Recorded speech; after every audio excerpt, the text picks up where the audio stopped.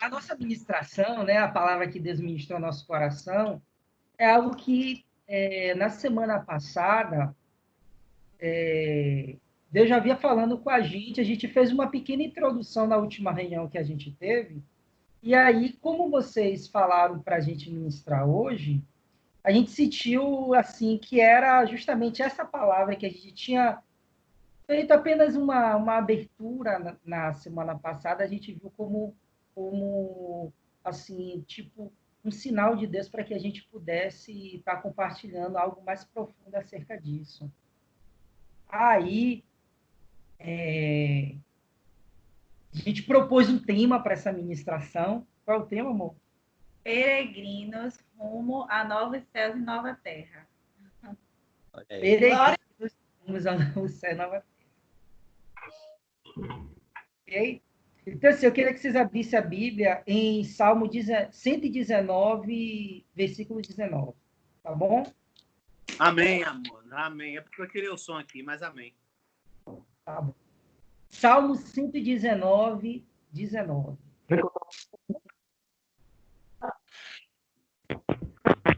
Amém. É abrir. Todo mundo lá? 119 e 19. Amém. Pronto. Quer ler, Cauã? Lê aí pra gente. Viverei poucos anos aqui na terra. Não escondas de mim os teus mandamentos. Amém. Na minha versão, tem assim: sou peregrino na terra, não esconda de mim os teus mandamentos. Alguém tem uma versão assim, parecida com a minha? Eu tenho aqui também. É mesmo. Não, é porque as duas versões falam a mesma, mas eu abri aqui a comparação, mas é a mesma. Sou peregrino na terra, não escondas de mim os teus mandamentos. A que eu li foi a NTLH, e a que você leu foi ou a NVI ou a Almeida Revista, né? Foi Almeida. Foi Almeida. Então, a Bíblia, ela fala assim, o salmista diz assim: sou peregrino na terra, não esconda de mim os teus mandamentos. Então, quando a gente começou a montar essa ministração, né, Deus foi nos dando a direção acerca do entendimento dessa palavra, desse texto, e aquilo que o Espírito Santo ministrou em mim foi que nós pudéssemos compreender que a nossa vida é como uma jornada, né? Onde nós somos peregrino, viajando até a nossa pátria celestial, né? Como a gente já viu muitas vezes em culto, né, os pastores falar que a nossa pátria não é aqui, a nossa verdadeira pátria é celestial. Então, precisamos entender a nossa vida como uma jornada, né? Uma jornada, e toda jornada ela tem um início e tem um final. Ou seja, você vai sair de um ponto a um outro ponto, certo? Mas quando a gente começa a entender a nossa vida como uma jornada, e compreendemos que nós somos peregrinos, né? Como a Bíblia fala, peregrinos também poderíamos entender como viajantes, né? Temos que compreender que todo viajante ele carrega consigo apenas aquilo que é necessário para a viagem dele, né? Ele carrega aquilo que é necessário para poder auxiliar a viagem que ele vai fazer. A gente não vê um viajante carregando coisas, né? Enchendo a sacola dele de coisas que irão atrapalhar essa viagem, né? Então, entendendo que nós somos peregrinos e que estamos em uma jornada até a cidade celestial, precisamos agora identificar aquilo que é necessário para que eu venha carregar durante a minha jornada. É muito comum né? Nessa jornada, a gente se distrair e acabar carregando aquilo que é desnecessário para essa jornada, né? Lembrando que essa jornada ela é temporal, ou seja, ela tem um tempo. E qual é esse tempo? É o seu tempo de vida. O seu tempo de vida é o tamanho da sua jornada. Ou seja, enquanto você estiver aqui na Terra, com vida, você está nessa jornada. Só que, durante essa jornada, você precisa entender que as coisas desnecessárias para essa jornada são justamente as que podem concorrer.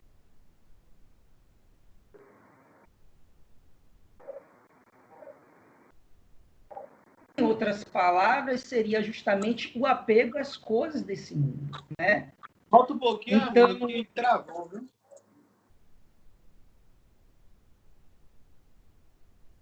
Travou.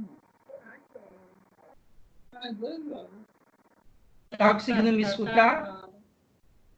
Agora. Tá me escutando? O que eu estou dizendo é que é necessário você identificar as coisas que são desnecessárias para a sua jornada, que são justamente as coisas que estão as coisas que são desse mundo, né? As paixões desse mundo, vamos dizer assim, né? E o apego a essas coisas é aquilo que pode justamente atrapalhar a sua jornada. Nesse período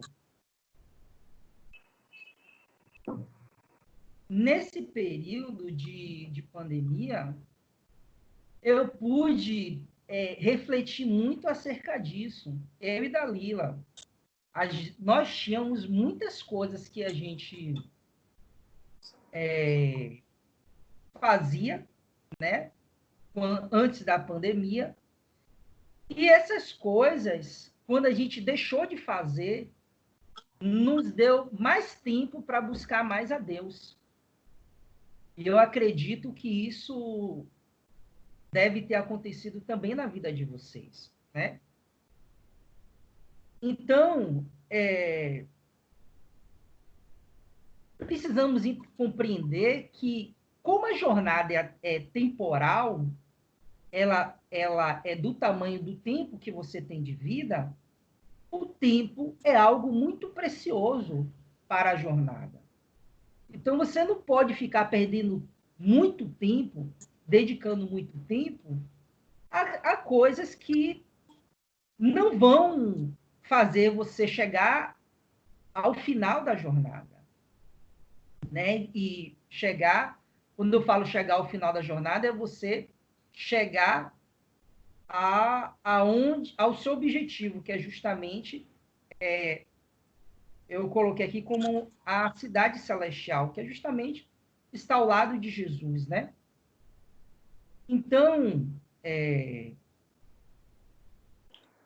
o que acontece é o seguinte: durante essa viagem, né, que nós percorremos na nossa vida, muitas coisas querem concorrer, né, muitas coisas querem tomar o seu tempo, né?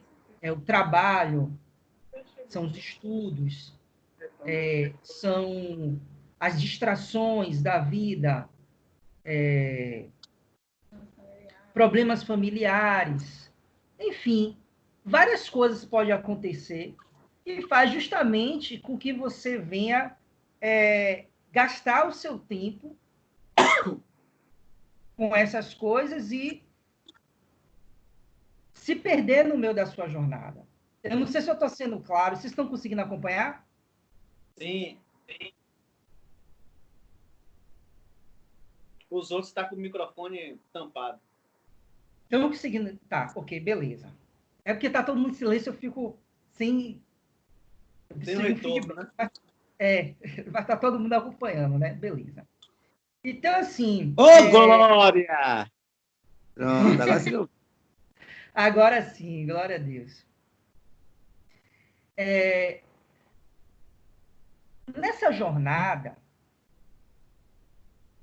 durante a sua jornada, sempre haverá vários caminhos para você tomar, certo?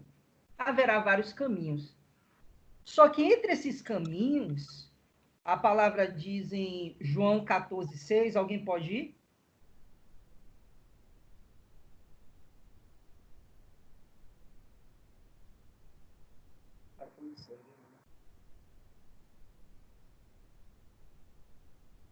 Tô abrindo, peraí. João 14,6, né? Uhum. Disse-lhe Jesus: Eu sou o caminho, e a verdade, e a vida.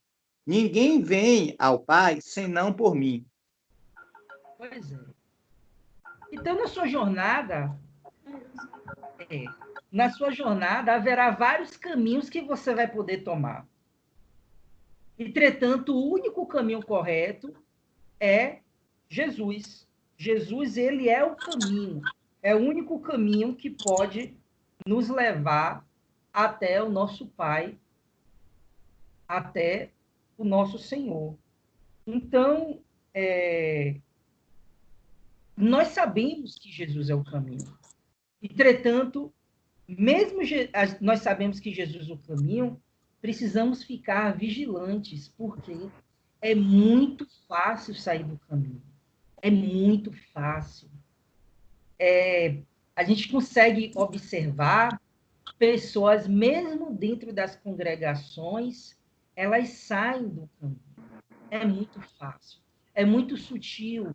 Por isso que a Bíblia fala para que nós sejamos sóbrios, para que nós sejamos vigilantes, para que nós sejamos prudentes, justamente para não desviar do caminho, não sair do caminho. Porque às vezes a gente associa que sair do caminho é quando fulano se desviou. Ele não vai mais para a congregação, ele não pega mais a palavra para ler, mas não é só isso. Sair do caminho é muito fácil.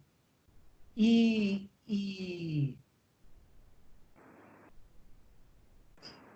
para você sair do caminho, o que é que me faz sair do caminho? É justamente o pecado. O pecado me afasta do caminho, certo? Então, assim, às vezes a gente está dentro da congregação e ainda existem alguns pecados que nos afastam da presença de Deus. Ou muitas vezes não é nem um pecado, mas é justamente a falta de tempo para estar buscando a Deus, para estar lendo, para estar se dedicando à palavra de Deus, entendeu? Então, vamos dizer assim, nós começamos a viver a vida sem estar tomando a Bíblia como uma referência para as nossas decisões. Então, passamos a tomar decisões sem consultar a Deus, passamos a tomar decisões sem observar a palavra, passamos a agir tendo o controle, tentando ter o controle de todas as situações, sem buscar a Deus o quanto nós precisamos. E nesses momentos que decidimos tomar as rédeas da nossa vida, é muito fácil se desviar do caminho. É muito fácil, é muito sutil, é muito sutil. Por isso que precisamos pedir sempre a Deus sabedoria. Pedir a Deus sabedoria, ser vigilante, sabe? E entender que nessa jornada, Deus irá nos confiar várias missões. Várias missões. Deus vai estar nos dando a fim de nos provar,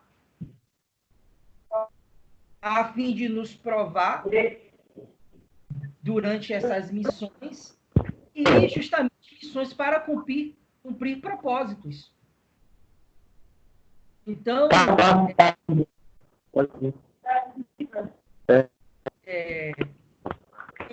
estão me acompanhando aí?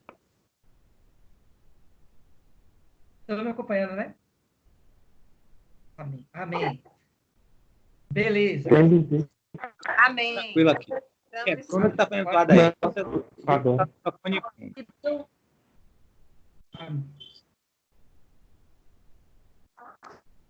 amém? Posso continuar? Beleza. Pode. Então, assim, durante essa jornada, que é o nosso tempo de vida, Deus irá nos confiar várias missões. E essas missões vão provar o nosso coração. Porque nós vamos ser julgados através de nossas obras. Deus vai julgar cada um através das suas próprias obras. E para que isso aconteça, Deus vai provar o coração de todos nós. Certo? Então, assim, muitas vezes a gente passa por uma fase, por um momento na nossa vida. Eu costumo dizer que a vida ela é cheia de ciclo. Inicia algo, aquele algo dura por um certo período e depois ele se finaliza. Ou seja, um ciclo inicia, ele termina e inicia um outro. A nossa vida é cheia de fases. Você também pode compreender desta forma. Então, hoje você está trabalhando em um lugar. Deus te colocou nesse lugar com que propósito? Talvez Deus tenha uma missão com você neste lugar. Durante a sua jornada, essa é uma das missões que você precisa identificar. Ah, Deus te deu um amigo para que... Deus colocou uma pessoa na sua vida, uma pessoa que você não sabe, mas essa pessoa sempre está tendo algum tipo de situação com você. Pode ser momentos alegres, pode ser momentos tristes, pode ser momentos que você venha estar ali discipulando aquela pessoa. Então, aquilo ali também é uma missão que Deus está te dando. Então, às vezes a gente está vivendo situações na nossa vida e a gente não está identificando, não está conseguindo observar que todas essas situações têm um propósito. E cada situação dessa é uma missão que Deus te dá para que você venha cumprir essa missão, justamente para que o propósito dele venha a ser concretizado através de sua vida. Então, assim, na minha vida, por exemplo, eu tive amigos que surgiram, conviveram comigo um longo período e depois eu nunca mais os vi. Eu tive momentos de alto na minha vida e momentos de baixo na minha vida. Momentos que eu precisei discipular alguém, momentos que eu fui discipulado. Então, esses momentos, Deus nos proporciona. Às vezes você está passando por um momento difícil, ou está passando por um momento que está sendo especial na sua vida, mas Deus permite que essas situações aconteçam justamente para poder trazer um crescimento para você, e todas essas missões vão te ajudar na sua jornada, até o dia que você vai estar ao lado do Senhor, né? Quando termina a sua jornada. Alguém pode ir para mim em 1 Pedro 1,17?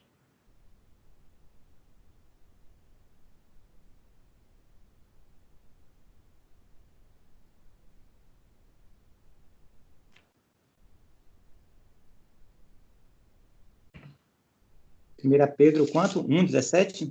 1,17. E se invocais por Pai aquele que, sem acepção de pessoas, julga segundo a obra de cada um, andai em temor durante o tempo da vossa peregrinação. Pois é.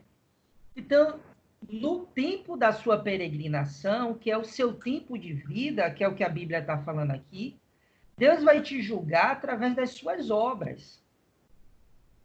Então, é isso que eu estou me referindo para vocês. Cada situação que você passa na vida é uma situação onde você vai ser provado. Essa situação você pode entender como uma missão que Deus está te dando. E ele quer que você seja aprovado nessa missão. Ele quer que você cumpra a missão, que você não falhe. Vocês estão entendendo? Vocês podem ir comigo em... Alguém vai comigo em 1 Pedro 2, 1 Pedro 2, 11 e 12.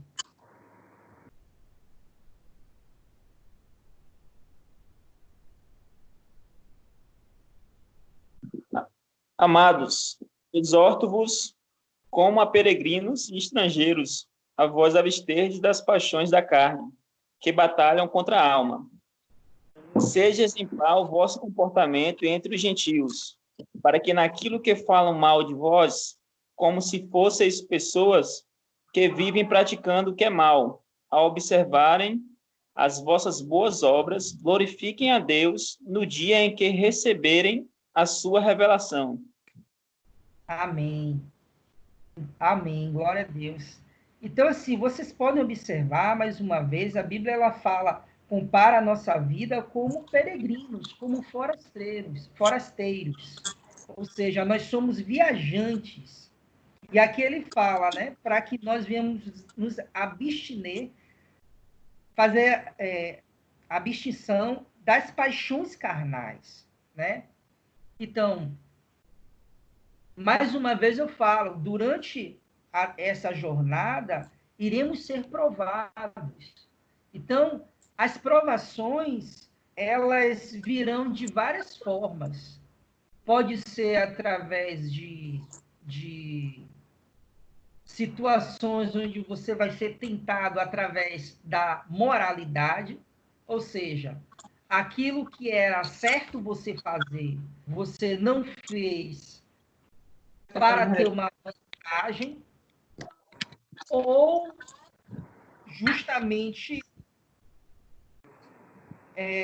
uma situação de desejo carnal mesmo, né? Paixões carnais aqui, que ele fala aqui. E faz guerra contra a alma, né? E faz guerra contra a alma. Então, ele diz aqui no versículo 12, mantendo exemplar o vosso procedimento no meio dos gentios, para que, naquilo que fale contra vós outros, como malfeitores, observando as vossas boas obras, glorifiquem o Pai no dia da visitação. Então, aqui ele está falando justamente que as pessoas nos observam e eles querem ver o testemunho de Deus na nossa vida, né? Então, mesmo que as pessoas falem mal, se você é uma pessoa que quando eu falei aqui a questão de você ser provado, ela pode vir justamente, a tentação ela pode vir, a provação pode vir justamente para provar sua moral, está justamente nesse aspecto de que as pessoas, vendo você como cristão, vai esperar que você tenha um comportamento exemplar. Ela vai esperar que você tenha um comportamento exemplar. Então, você precisa conhecer a Bíblia para entender quais são os padrões de Deus. Qual é a moralidade de Deus? O que é que Deus considera como moral, como ético? E você viver essa vida. Eu vou falar uma coisa aqui agora que veio na minha mente, que eu vi nesses últimos acontecimentos políticos aí no cenário político. Eu não sei nem que religião o Moro é, né? Não sei se ele é crente, se ele não é, tal. Mas ele escreveu um documento, e encerrou um documento que eu achei assim muito... Nossa, achei sensacional. Não sei nem se ele é cristão ou não, mas ele falou assim, ele falou que deveria, né? Ele estava falando isso para a equipe dele, que a equipe dele deveria sempre fazer a coisa certa, do jeito certo, com a motivação certa. Então, aquilo me chamou muita atenção, né? Porque você vê os padrões dele, né? Que ele coloca, fazer a coisa certa, do jeito certo, com a motivação certa. Então, quando a gente fala de moral, isso aí chama muito minha atenção. E é isso, acho que eu esgotei tudo aquilo que eu tinha para falar. Tudo aquilo que eu tinha para falar. Vou passar aqui agora para minha esposa, que maravilhosa. Eu tenho uma palavra assim que eu acho que infelizmente está definindo muito o momento que a gente está vivendo agora, né? No mundial, assim, mundialmente. E essa palavra é desequilíbrio, né? A gente está percebendo que está havendo um desequilíbrio em várias áreas da vida. Está havendo um desequilíbrio na política, está havendo um desequilíbrio nas finanças das pessoas, né? Está havendo um desequilíbrio na saúde, ou seja, em todas as áreas da sociedade mundialmente está havendo esse desequilíbrio, né? E aí aí eu ouço muita gente falar assim, quando tudo voltar ao normal, né? Vai ser ótimo quando tudo voltar ao normal. Mas assim, o que é esse normal? O normal, tudo voltar ao normal, é as pessoas voltarem às suas velhas práticas? Tudo voltar ao normal é um pai de família deixar a sua família em casa numa sábado à noite, como a gente está agora, para ir beber, encher a cara na rua, porque pode sair, porque não tem coronavírus, entendeu? Tudo voltar ao normal é voltar a ter carnaval, é voltar a ter escola de samba colocando, blasfemando Jesus, é isso que é voltar ao normal. A realidade, gente, é que esse mundo que ele não está no seu estado normal. Qual é o estado normal do mundo? É o estado original que Deus criou. Deus criou a Terra no estado original de perfeição e de total equilíbrio. O nosso Deus é um Deus de equilíbrio. E o que aconteceu? Por que agora a gente vive um momento de desequilíbrio? Agora a gente está sentindo mais esse desequilíbrio, mas esse desequilíbrio existe desde o Jardim do Éden, porque foi o pecado que entrou no mundo que gerou um desequilíbrio em toda a criação de Deus, tanto nos seres humanos como na natureza, em tudo, em todos os aspectos da sociedade, há desequilíbrio. E esse desequilíbrio vem por causa do pecado que atingiu o ser humano. Então, essa expectativa que as pessoas têm de que tudo vai voltar ao normal, isso é falso, porque, na verdade, não é o normal, é algo desequilibrado, só que mascarado de normalidade, né? Então, o que a gente tem que ter no nosso coração é uma certeza de que nós não vivemos em um mundo perfeito e nós não devemos ansiar ou ter expectativas de que algum dia esse mundo vai ser um mundo equilibrado, porque ele nunca vai ser. Porque o que é que traz o perfeito equilíbrio para o mundo? É Cristo, é viver uma justiça plena. Quando é que vai haver uma justiça plena? Não é quando o justo juiz vier governar a terra? Não é só nesse momento que vai haver uma justiça plena e um equilíbrio pleno em todas as coisas? Então, essa expectativa que a gente tem é falsa, de que tudo vai ficar perfeito, né? Em algum momento. Assim, nesse mundo, nesse sistema que a gente está vivendo. Por que o mundo que a gente está vivendo está em colapso? O mundo que a gente está vivendo está em colapso por causa do pecado, né? Porque o pecado reina. Aí eu separei um texto aqui que é Romanos 8, né? Romanos capítulo 8, do 18 ao 23. Romanos capítulo 8, do 18 ao 23. Olha como esse texto expressa exatamente o que eu falei. O mundo está desequilibrado. Porque para mim tenho por certo, todo mundo achou? Amém. Porque para mim tenho por certo que os sofrimentos do tempo presente não podem ser comparados com a glória a ser revelada em nós. A ardente expectativa da criação aguarda a revelação dos filhos de Deus, pois a criação está sujeita à vaidade, não voluntariamente, mas por causa daquele que a sujeitou, na esperança de que a própria criação será redimida do cativeiro da corrupção para a liberdade da glória dos filhos de Deus. Porque sabemos que toda a criação, a um só tempo, geme e suporta angústias até agora. E não somente ela, mas também nós, que temos as primícias do Espírito, igualmente gememos em nosso íntimo, aguardando a adoção de filhos, a redenção do nosso corpo. Aqui está dizendo que a criação geme. A natureza, o planeta Terra como um todo, geme aguardando a revelação dos filhos de Deus. Por quê? Porque o mundo está em desequilíbrio. E a natureza, toda a criação, não só os seres humanos, sentem isso todos os dias. Né? A gente está Qual foi, Dali, esse livro? Romanos 8, do capítulo 8, do versículo 18 ao 23. Né? Então, olha só a palavra que ele usa aqui, geme. Não é isso que a gente tem vivido? Não é um mundo gemendo, desequilibrado, completamente em colapso. Por quê? Por qual motivo? Por causa do pecado. Tem pessoas que dizem, o coronavírus veio de um laboratório. Os chineses produziram coronavírus. Algumas pessoas estão dizendo isso, né? Com essa corrente. Outras dizem, não, o coronavírus veio do mercado de Wuhan porque eles comiam morcegos, animais infectados, que deram origem ao vírus. Não é isso? Então, o que acontece? Independente, gente, se veio de maus hábitos alimentares que Deus condena em sua palavra, ou independente se veio de um homem egoísta ou de um país egoísta que criou o vírus, tudo isso está existindo por causa do pecado. Tudo se origina no pecado. Então, esse sentimento que a gente tem de tudo voltar à normalidade, isso é falso. Sabe por quê? Porque a gente vai estar desejando algo que não é o que Deus prega em sua palavra. O que é que Jesus fala? O que é que ele fala? Olha, ele fala para os discípulos, vai se levantar reino contra reino, nação contra nação, vão vir pragas, vão vir terremotos, vão vir tempestades, para que vocês saibam que o fim virá.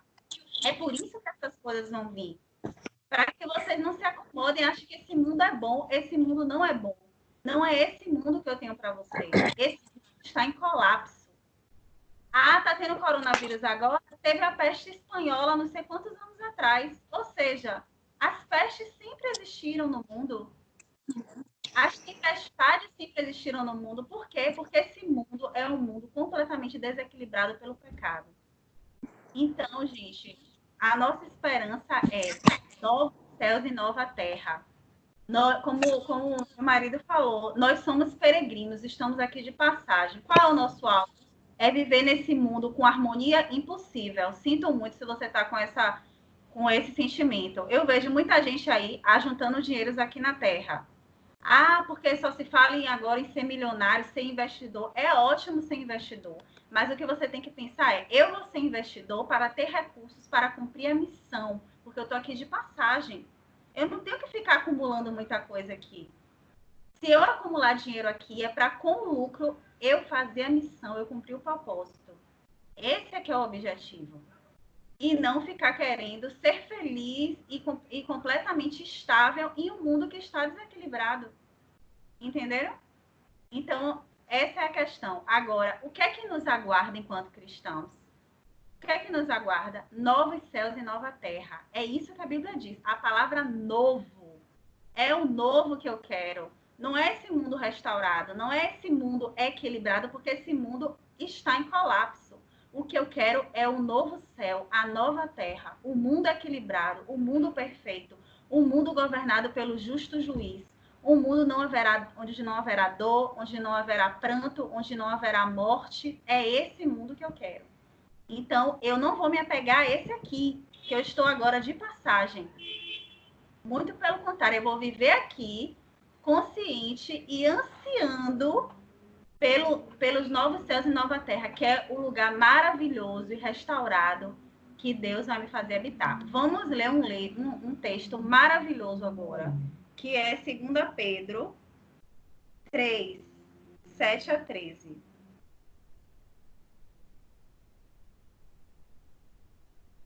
Segunda Pedro, capítulo 3, começa do versículo 7. Quem quer ler?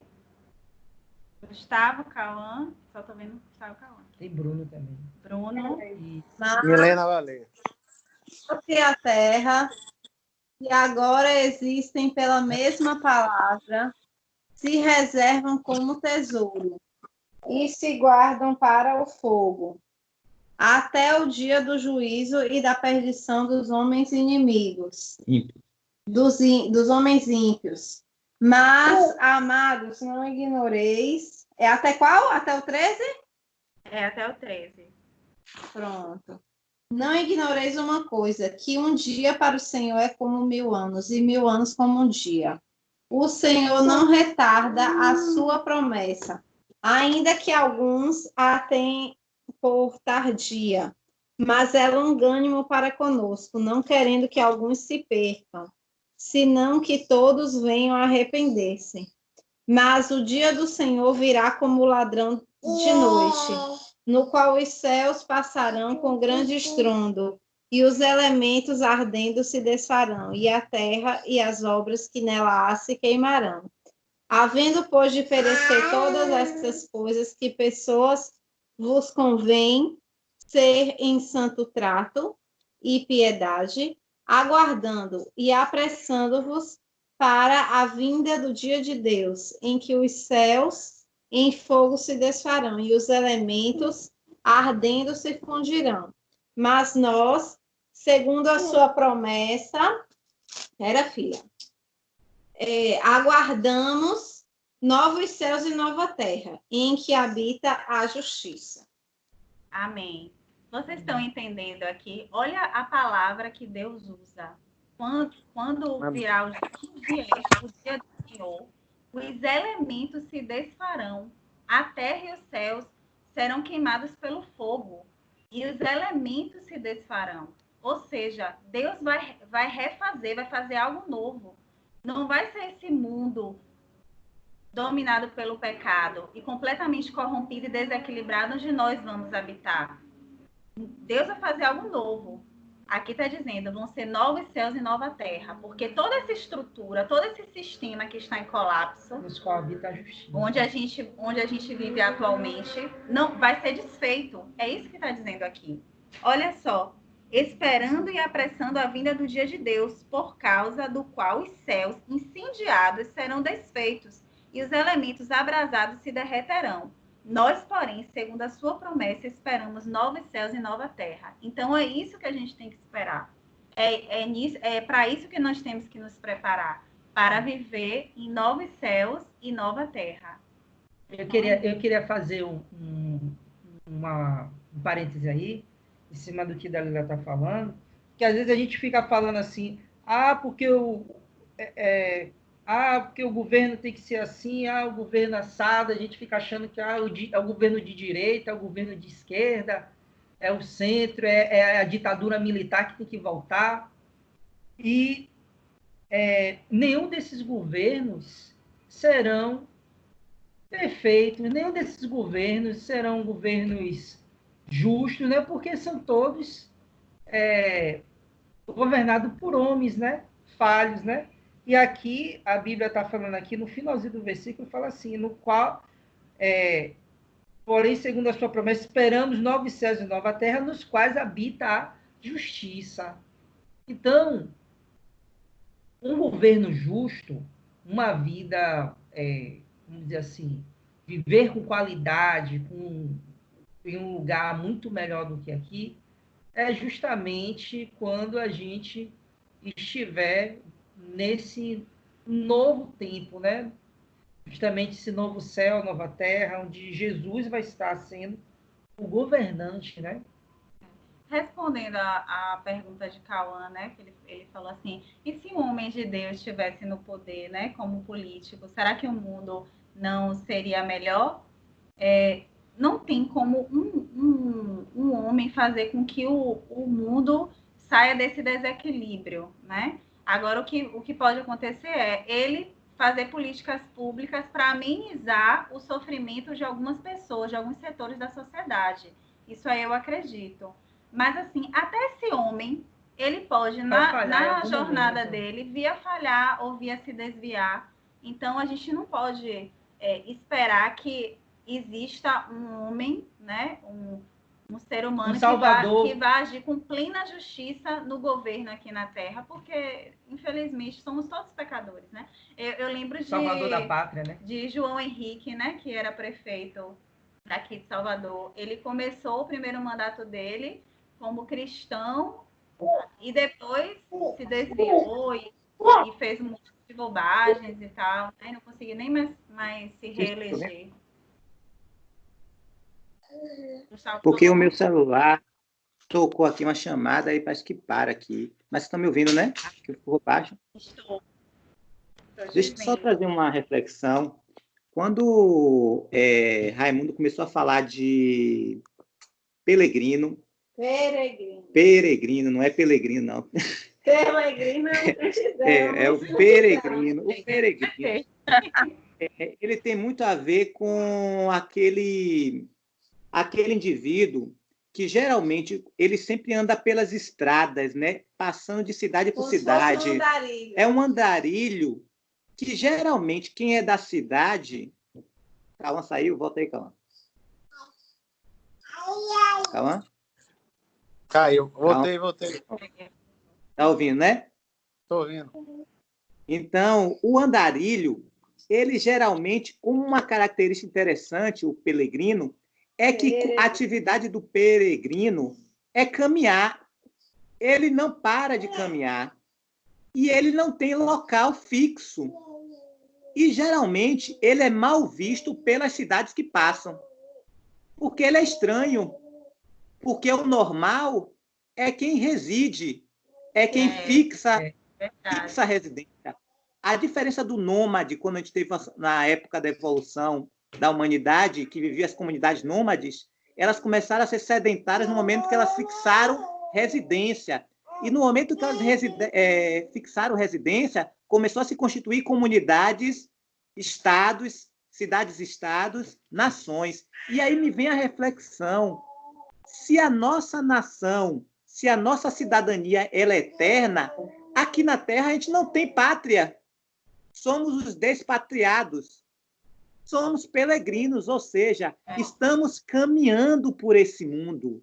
E caminhando com o objetivo de chegar em algo que as cidades que está passando nessa terra não são nossos objetivos, porque nós estamos caminhando para um alvo que é chegar ao reino dos céus. E aí me fez uma reflexão durante essa pregação aí de Raimundo.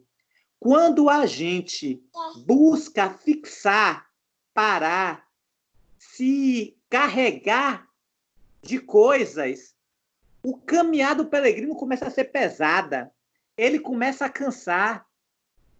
Ele começa a pensar em: será que eu tenho que continuar caminhando ou é melhor estabilizar aqui? E ele começa a se acomodar, porque gera uma sensação de conforto, porque dói para o andarilho, dói para o peregrino caminhar, porque as pernas cansam, as solas do pé cansam, mas quando você entra numa terra onde você encontra cobertura para não pegar chuva, alimento, descanso, lugar para dormir, você começa a se acomodar. E aí você começa a gostar da onde você fica fixado. E aí é o grande perigo para o peregrino. O peregrino, quando ele começa a descansar, ele começa a se acomodar com onde ele está fixado e esquece de caminhar. E aí é uma reflexão para a gente. Será que quando a gente começa a jogar toda a nossa energia e toda a nossa ansiedade provém do que tem que se resolver nesse mundo, nossas preocupações só se voltam com as coisas e as conquistas desse mundo? Nós não estamos deixando de ser peregrinos e passando a ser moradores desse mundo e fixar nossas expectativas nesse mundo? E vou mais além: o peregrino ele só continua a sua caminhada porque ele tem uma esperança. Então, algo move a ele a continuar a caminhar. Será que quando a gente começa a trazer todas as coisas desse mundo, todos os projetos mortais, materiais, terrenos, nós cada vez mais estamos matando a nossa experiência de um reino superior? Porque se existe um reino espiritual para além desse mundo, a nossa ansiedade, a nossa vontade é caminhar, prosseguir rumo ao alto. E quando a gente vai perdendo essa expectativa, esse desejo, essa vontade de que o reino do Senhor venha logo para nossas vidas, a gente começa a se acomodar com a coisa terrena, a gente começa a fixar residência desse mundo, a gente passa a perder a cidadania, o sonho de viver a cidadania espiritual para viver a cidadania terrena. Então, a reflexão que eu quero aproveitar de Raimundo é: continuamos ainda como peregrinos ou como moradores dessa terra? E os moradores dessa terra, quando tocar a trombeta, talvez estão tão acomodados e tão dormindo que ficarão. E o peregrino, ele está antenado, ele sabe para onde ele quer ir e ele não para de andar. É uma reflexão que eu ia trazer para vocês. Amém. Exatamente esse espírito. Glória a Deus, né? Amém. Uma coisa importante é a gente, enquanto ministério, né? A gente começar a pensar sobre o que é essencial, né? O que é o essencial do Ministério de Namorados, né? Será que esse isolamento social pode nos fazer parar a obra, né? A obra, ela não vai parar por causa da pandemia, né? Então, por isso que eu achei maravilhoso essa iniciativa da gente fazer curso online, né? Porque a obra, ela tem que continuar, porque a jornada está continuando. E daqui para frente, como a gente vive em um mundo imperfeito, em colapso, que tem outras coisas, terremotos, epidemias, a gente tem que aprender, apesar das circunstâncias, continuar e fazer a obra, independente das circunstâncias, e buscando alternativas para que a obra aconteça, apesar do desequilíbrio que vier a surgir, que hoje é pandemia, amanhã a gente não sabe, entendeu? Então, sempre como Dinho falou, né? Somos peregrinos, o foco tem que estar na missão, no que é essencial, não sermos ativistas, focarmos no essencial. E o que é essencial é o cumprimento da missão, do nosso propósito aqui na Terra. Gustavo, quando você falou de se acomodar, você foi categórico, assim, eu gostei muito desse termo seu, porque essa acomodação, né, de quando a gente se sente confortável onde a gente está, né, ter essa estabilidade que muitas vezes muitas pessoas querem ter, né, e em alguns momentos a gente termina buscando essa segurança, né, segurança, estabilidade, né, e essas coisas muitas vezes ela toma o nosso tempo e a gente termina deixando de ter tempo para ler a palavra, ter tempo para dedicar em buscar a Deus, né? O seu tempo ali em secreto, para você estar orando, para você estar meditando na palavra, para você estar adorando ao Senhor, né? Então, esse tempo que a gente está de pandemia tem me feito muito pensar acerca disso, porque no nosso dia a dia, né, como o Dalila falou aqui, quando voltar ao normal, né?